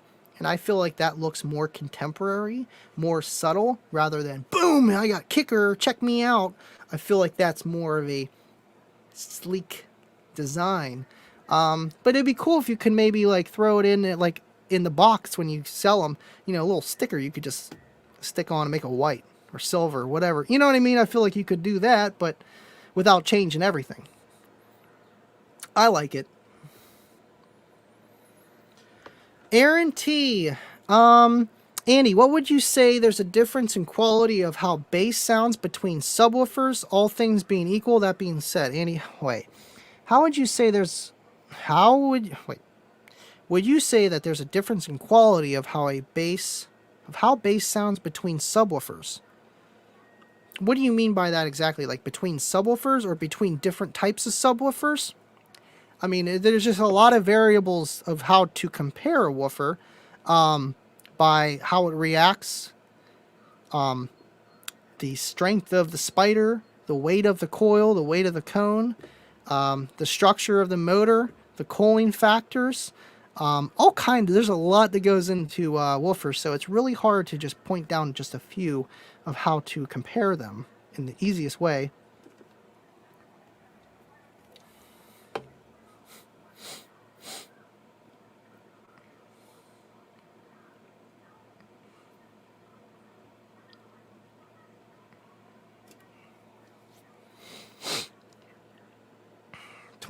Kip says 25. Steve has been approached multiple times to sell the company. He's not interested. All of us employees know the company stays together in a family trust board when he passes. That's awesome, man. You know, it's hard to find people that don't want to almost quote sell out to make more money. And what Steve Irby has done as a company, as a family friend to everyone that works there, is it's hard to replicate, especially for the time that Kicker's been around too, man. And it's great just to be the caboose hanging on for the ride. But I've been here for a while, so it's been a fun ride as well. But what he does and how the company works, it's next to none. You know, and the beliefs that he stands behind is absolutely how I was raised, and I believe in. Let's see. Will there be a specific line of products from Kicker for the 1? For the 1-inch? Like a dome tweeter? You have to let me know. Got lots of comments, guys. I'm trying to get through them all without skipping over too many. We know that 14.4 guys, they like to just troll in here hard, so I gotta filter through it, but I'm used to it. It's okay. Now, you guys are having fun. Appreciate you guys having a conversation in the chat. Helps the algorithm. 25 says, good. Kicker should stay a family business. Part of the business is philosophy. Absolutely. 1%ers. Oh, hold on. Will there ever be a specific line of products from Kicker for the 1%ers? What do you think the Solo X family is? That's for us. That ain't for the guy walking into Walmart looking at a Kicker and a Kicker amp and be like, well, oh, would you look at that? I need some more power. Oh, I'll get that Solo X line. It's for people like us that are competitors, that want more, and maybe for people that are just getting into it and have a little bit more. Maybe not so much us that are diehards like we are, watching podcasts and doing car audio builds and always having a system, that want to upgrade. They have 2 Kicker L7s, and they want to be louder than their buddy that has 2 Sundown X15s. You know what I mean? Well, I'll go get some 2 Solo X L7 15s, dual 2s, and run them down to the dirt and on a big amp maybe that they have coming out. And I think that would be awesome. You know what I mean? And it's for people like that, and mostly for us. So you guys need to be appreciative. Watch the Kicker Unmasked show and just show them support, man. They're a great company to be behind.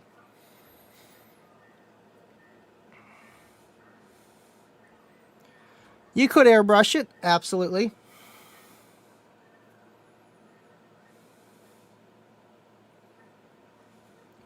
Right, no 2 woofers sound the same. TS parameters and box specs can make a sub good or bad. Right, and even like dual 2s and dual 4s have different tile S parameters, which is weird.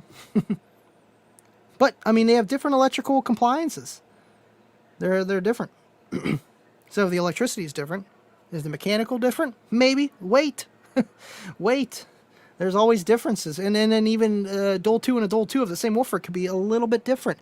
Break-in periods. Maybe the Spider broke in a little bit better than the other one did because of the material and how it was cut. There's so many factors. It's like impossible to say what's better.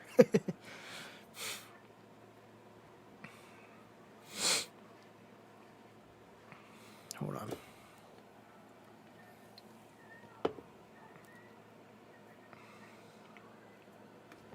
Had a great idea the other day on Kicker. Wiring kits, they have some silver little plastic logos. They make great grill badges. Oh. Yes. These guys right here. Absolutely. I actually was going to put 2 of them on my L5 that I repainted the outer gasket. But I was like, nah, it looks better just white, without anything on there. But yeah, I still haven't found a way to put them on something, but they are pretty cool. You can use them for stuff. Absolutely. A little bit of glue, sand them down a little bit on their serrated edges, and they'll come out great. Absolutely. I like how they do that, though. It's cool. Yo, Vega's in the house. Good thing I do my live streams for about 2 hours, Vega, or you wouldn't make one. No, I'm just kidding. Thanks for tuning in, buddy. Appreciate it. That was a fun show we had last week, too. Or not last week, 3 days ago. Seems like a week. Been so busy. Worked last night. Was crazy. I worked until about almost 4 o'clock. Got to bed at like 5:30. Woke up at 1. Felt like crap. I'm like, I gotta go streaming for 4 hours tonight. Yay. But get to do some testing tomorrow, which is going to be nice. I'm going to test this Sony old school Explode from like 2002 era. And I might do something else. I'm not too sure. Maybe a Boss. I have a Boss 1100.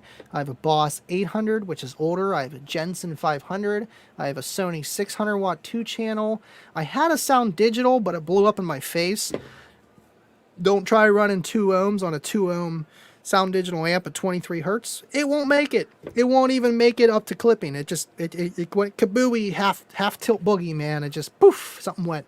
But it wasn't a brand new amp. It was a used amp and it was abused. So that's how I had it to begin with. But I got some Alpines too. I got Alpine MRP 500. I have the 4-channel, and I think I have something else. Oh, I have a VR3 from Walmart, a 400 by 4 with the plexiglass finish. Is pretty nice. I got lots of comments here, and I know I got a super chat from El Fuego. Thank you, buddy. Sorry I was rambling on about amps. I am in desperate need of Kicker 2, the ZR amp end caps for a new build. Please send out the word. El Fuego, do you have Facebook? You're going to have to join the Kicker Club if you haven't already. I don't know if you have Facebook or not, but you got to join there. And I feel like you could find it there. If you couldn't find it there, there are other Kicker groups. There's the old school Kicker group that I'm actually a moderator of. That might be a little bit easier to find it there, but Kicker Club's so big, I feel like you could find it either place you go, really. It's just how much you want to pay for that, I feel like. You know what I mean? But yeah, they're hard to find, the end caps, because people take them off, they never install them, they toss them away, and then they're gone. They're gone. Oh. See ya, Kip. Thank you for tuning in, man. I'll see you Tuesday. Lots of comments here.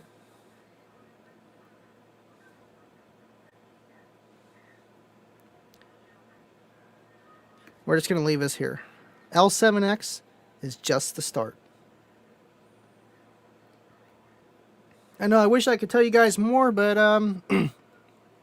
can't trust you guys, just like Kip says.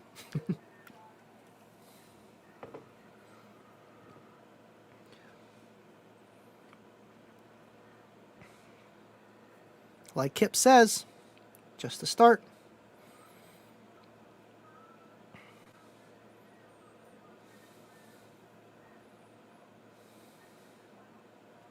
You're telling me, dude, what I did this time, I have the air conditioner on. Usually I leave it off, because sometimes people complain about it, but I got it really low. And I actually had that on for the Kicker on Mass show. You couldn't hear it.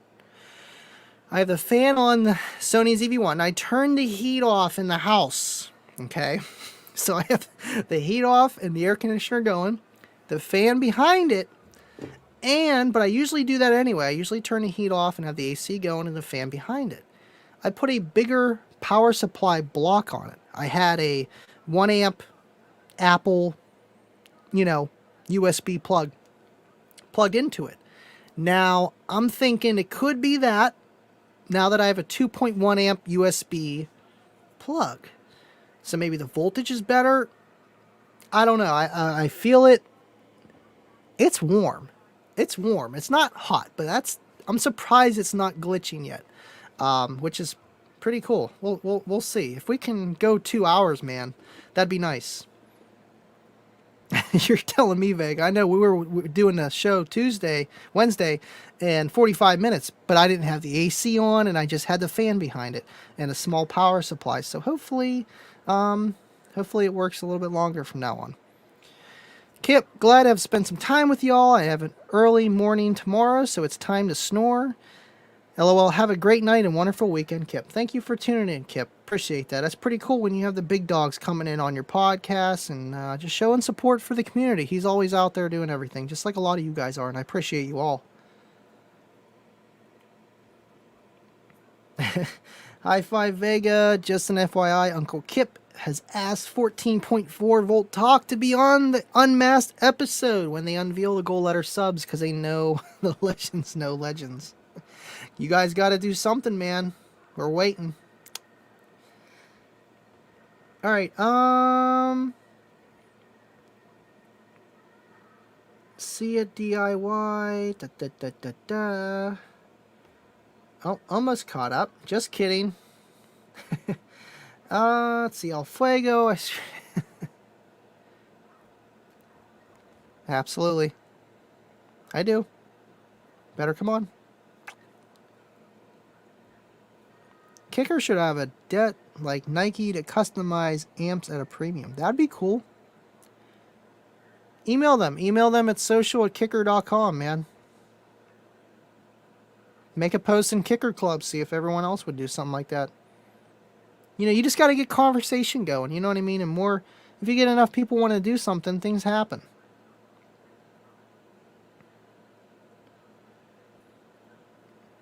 Definitely the bigger power supply help. Maybe a 5 amp would do the trick for long periods. Yeah, this is a 2.1. It's not a 3 amp or 5 amp. I have a 5. It's actually a 9 amp. And it's for my vape charger. But that's a USB-C to C. So I think this one out of the...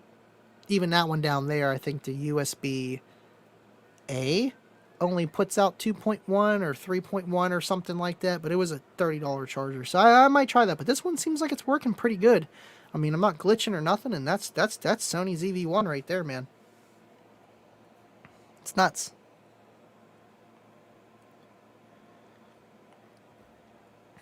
My Christmas tree is up. Kayla just added a couple more decorations on it too. Over or under on Kip snoring resonant frequency, 40 hertz. Yeah, it's pretty close to that. Probably, no, probably 31 hertz. He's probably tuned right around the quad box. Kicker should bring out some Christmas ornaments for us audio guys. Yeah. Paul Harris, nice kicking it with you guys. Good night and happy holidays, everyone. Thank you, Paul, for tuning in. Appreciate your time and your contribution to the channel. Thank you, buddy. Sealed? Sealed what? Let me see if I could do my dual screen like I usually do here. Because I tried doing the dual screen. If there was anyone in the chat earlier... oh, you know what? Maybe that messes up my microphone. Let me see. Audio? Are we still good? No, we're... Ooh. What is that? See, things get messed up. I can't use that. It messes up my audio. It messes up my audio for some reason, and I don't know why. See, now it goes right back to the Elgato. It was trying to push out... the music. You might not have been able to hear the music for a minute or two when I tried hooking my TV up through the HDMI cable. It's always something. GoPro? I have a GoPro. It's right here. Well, here. That's the ZV. Anyway, I mean, I can still do it. I just gotta, darn it. Have to do it all on one screen, which is a pain in the butt. Wanted to pull up Kicker Club here. I know you guys can see me, but I can't see you because I have one screen. Oh, Kicker Club. Yeah. Yeah. All right. Cool. Okay, so you guys can see that, right? No, not yet. Share. Share screen.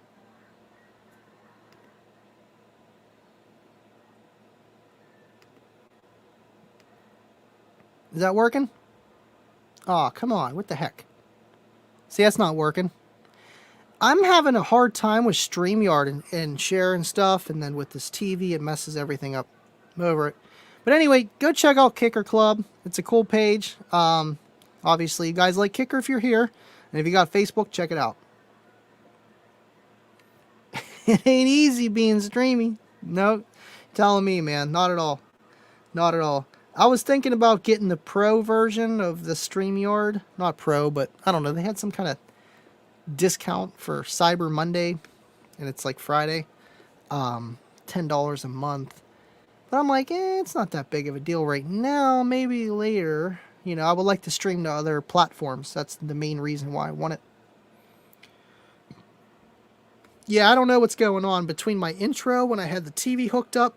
I couldn't even hear the intro music. And it was playing it through the TV, the audio. So, something with the ARC, HDMI, audio, you know, receiving, whatever thing. Yeah, I need more RAM, let me tell you. No, I don't game. I play PS3, racing games, football on basic.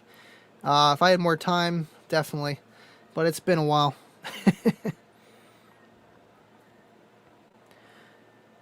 I could go for some Cheetos.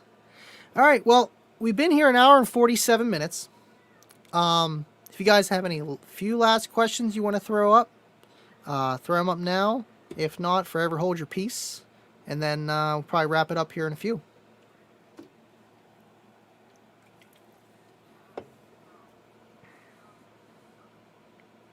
Cheetos. Yeah, I just don't play video games because it just takes a lot out of my time. I've been playing this one game, though. I'm lying. My phone. It's called Terra Genesis. If you like any kind of like sci-fi stuff, but not really too sci-fi, you pretty much build up. Hold on, what's this doing? Dismiss all.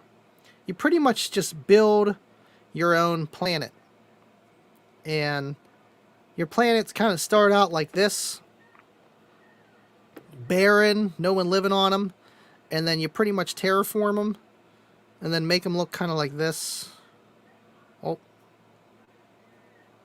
let's get a wide picture here. Kind of like that. Like that's Mars. It's pretty cool. It's free. That's kind of gaming I do when I can. 14.4 volt talk got game. Oh, sugar snap. What's your favorite hand tool? I love my impact. I mean, any kind of something like that. I mean, if you're talking hand tool, yeah. My impact's nice. I need to get more attachments. I had them for like lug nuts, like sockets and stuff you could put on there. Honestly, I don't know. That's my favorite, I think, because it's not going to hurt me like a handsaw or like a jigsaw or a table saw, and that's not a hand tool. I don't know. Yeah, I think, yeah. Absolutely. I mean, that's like building stuff, you know, hand tool. Car audio tool, SPL Lab, hands down. I can't wait till I just go out and purchase it, the DC clamp.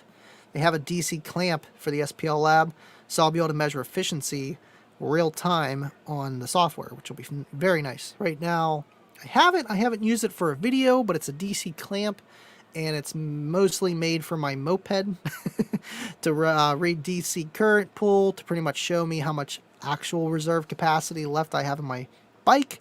But it reads DC voltage and amperage all the same.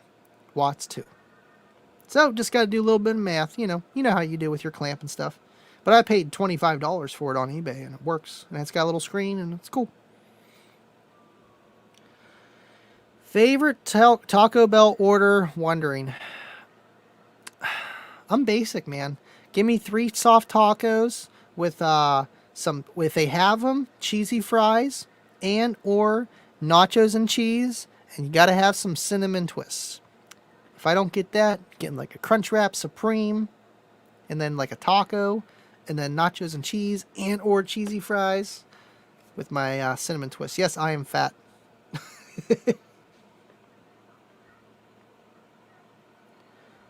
Old Sony gear, much want. I know I seen this, Goodwill.com. I got this for a song. I paid $25 for this thing. This thing is mint. I paid too much for other amps sometimes, or just, what they were worth. But this one I got for a song and a dance, and it's in really good shape. And every time I buy one from auction, I'm taking a chance if it works or not. So there's always that, and I had only one that didn't work, and that was a MTX Thunder 300.1, and it turns on, but it has no output voltage, so it's something inside that didn't, someone abused it. Carol of the Bells versus the Mandalorian. I never even watched the Mandalorian, to be honest with you, and Carol of the Bells, haven't heard of it. Sorry, not my genre. Sorry, SJC. Don't unsubscribe. What? Go to Taco Bell, order 2 butthole busters and a gut wrencher. Literally. It's what it feels like. I have a top 5 list of car audio tools under $5 that you didn't know you needed. That sounds pretty good. Very clickbaity. I like that. El Fuego, like I said, I know I mixed it up on the live with Vega, but you got to do your own content. I feel like it's a calling. It's a calling to do it. And that's a perfect one to start out with, man. Because you know what? Some people are going to be like, I guess there is something I probably could have forgot. You know what I mean? For $5, let's go pick it up at Walmart or wherever they have it at. I'm going to need it. Heat shrink is better than speaker pants because they're pretentious. Oh, that's funny. Speaker pants. Sorry, it made me laugh. Chalupa. You like the chalupa, man? Yeah, I love my Taco Bell, man. Let's see.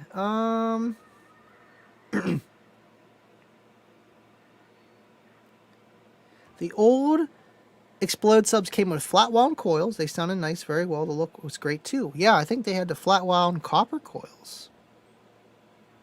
Absolutely. Sony was nice, man. I ran Sony. I had the Pentagon 1100 watt ones, black ones. They were nice. Obviously, I've had the Sony 600 watt and 1100 watt amps, 2 channel. You know, you bridge it at 4. You know, one of those. I'm trying to think what else I had Sony. Oh, I had the black and red ones with like not the bottle cap ones, but after that where they had the black in the middle. I had those. I had 2 10s. I got off a buddy, and they were messed up anyway. The one tinsel lead was messed up, and I tried fixing it like my other buddy did, and not the way you're supposed to fix tinsel leads. And yeah, got rid of that. I blew one up, and then the other one I gave to someone. El Fuego, send it to Andy and get C. Send what? The video?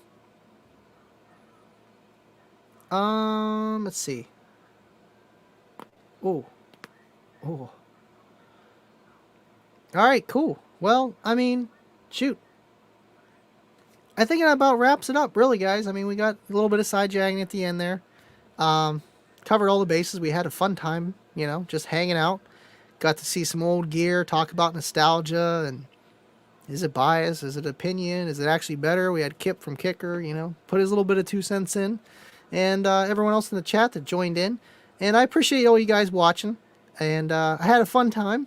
And yeah, we should. I'm probably gonna upload a video Thursday for this Sony amp. I know you guys been waiting. It's been a while since I did an amp dyno. It's been like a month, and I did that dual amp, and that was about it, or the dual setup. So it's been a while, and I want to amp test that one too. I want to put that on the dyno and see what kind of numbers we can get out of that as well. So, but absolutely, thank you guys so much for tuning in, and appreciate all your time and the super chats and everyone just commenting and smashing that like button. If you haven't, smash that like button while you're walking out, and I will see everyone next time. Thank you, Vega. Thank you, everyone else, for tuning in, and I'll see you on the next one. Next Friday, we will be here. Be easy, everyone. Have a good one.